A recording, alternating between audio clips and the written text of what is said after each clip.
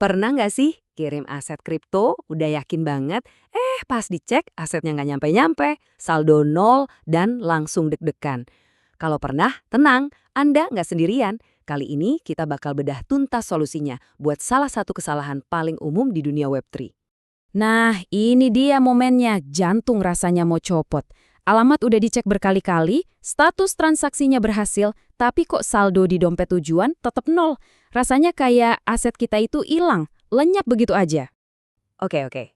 Tarik napas dulu. Hal pertama yang wajib banget Anda tahu adalah aset Anda itu nggak hilang. Saya ulangi ya, aset Anda aman, cuma lagi nyasar aja di tempat yang nggak kita duga. Biar gampang ngertinya, kita pakai perumpamaan yang simple banget. Coba bayangin deh, jaringan blockchain itu kayak sistem jalan tol yang super canggih. Disinilah letak kuncinya, jaringan EVM. Anggap aja alamat dompet Anda yang depannya ada 0x dot dot dot itu ibarat plat nomor mobil universal. Satu plat nomor yang sama tapi bisa dikenali di banyak jalan tol yang beda-beda. Mau itu jalan tol BSC, Polygon, atau Arbitrum, semua bisa ngebaca plat nomor Anda. Jadi poin pentingnya ini, aset Anda, kita ibaratkan mobil Anda ya, itu nggak hilang, mobilnya aman-aman aja. Cuma masalahnya Anda nggak sengaja masuk ke gerbang tol BSC, padahal tujuan akhirnya itu jalan tol Ethereum. Mobilnya ada, cuma beda jalur aja.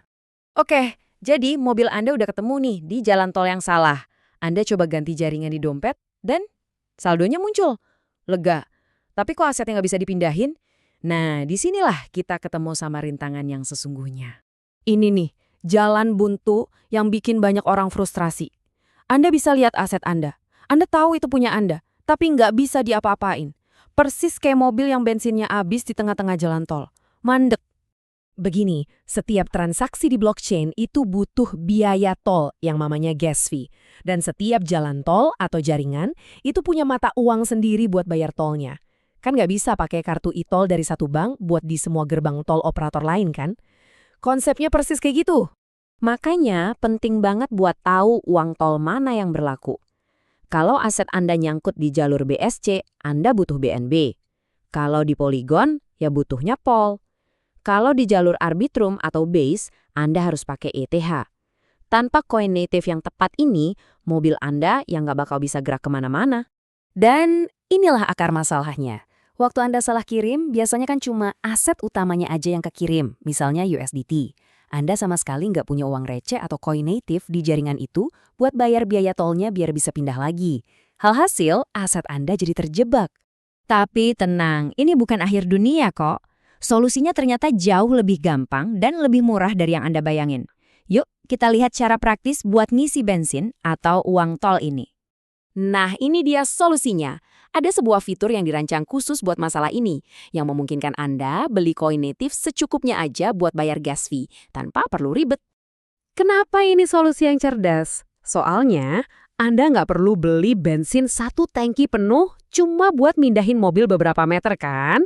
Di sini Anda bisa beli persis sebanyak yang Anda butuhkan. Prosesnya instan, batas minimumnya rendah banget, dan yang paling penting, nggak perlu lewat exchange besar yang prosesnya panjang.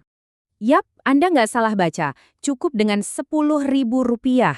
Sering banget loh, biaya yang dibutuhkan buat nyelamatin aset Anda yang mungkin nilainya jutaan, itu ternyata lebih murah dari harga secangkir kopi.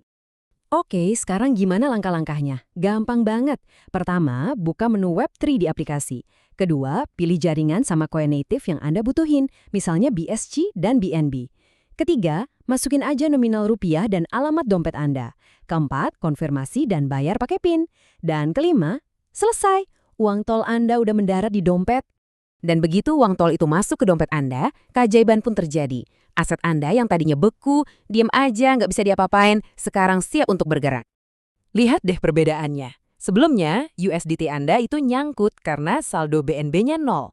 Nah, setelah diisi ulang, Anda punya sedikit BNB, lebih dari cukup buat bayar gas fee, dan USDT Anda pun bebas buat dikirim balik ke jalur yang benar. Jadi, intinya adalah sekarang kendali ada di tangan Anda sepenuhnya. Anda punya kuncinya untuk membebaskan aset Anda dan memindahkannya kemanapun Anda mau. Selamat! Anda baru aja mengubah momen panik jadi sebuah pelajaran yang berharga. Kesalahan umum pertama di dunia Web3 udah berasal Anda taklukkan. Anda baru aja naik level. Jadi pertanyaannya sekarang, siap untuk petualangan selanjutnya?